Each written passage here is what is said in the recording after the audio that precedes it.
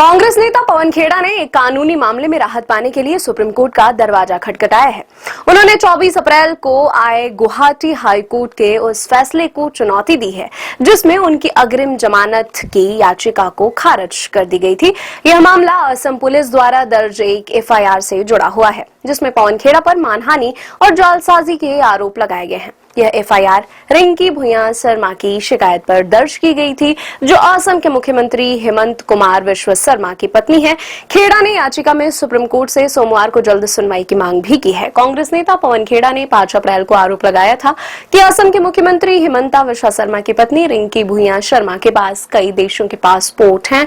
विदेश में उनकी अघोषित संपत्ति है जिसका जिक्र उनके चुनावी हलफनामे में नहीं किया गया है।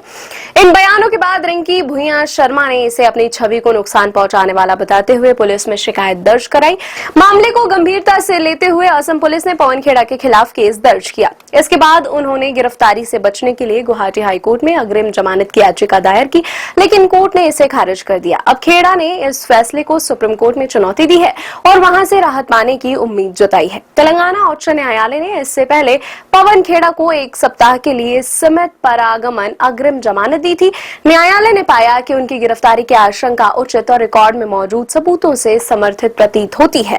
साथ ही जांच में सहयोग करने और जांच को प्रभावित कर सकने वाले सार्वजनिक बयानों से परहेज करने जैसी शर्तें भी लगाई गई।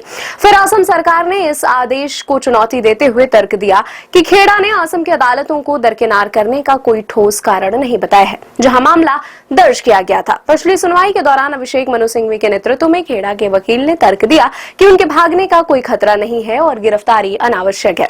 साथ ही उन्होंने इस मामले को राजनीतिक रूप से प्रेरित भी बताया। यह मामला अब राजनीतिक और कानूनी दोनों स्तरों पर चर्चा का विषय बन गया है। अब सबकी नजर सुप्रीम कोर्ट के फैसले पर टिकी हुई है। यह देखना अहम होगा कि शीर्ष अदालत इस मामले में क्या रुख अपनाती है और पवन खेड़ा को राहत मिलती है या नहीं।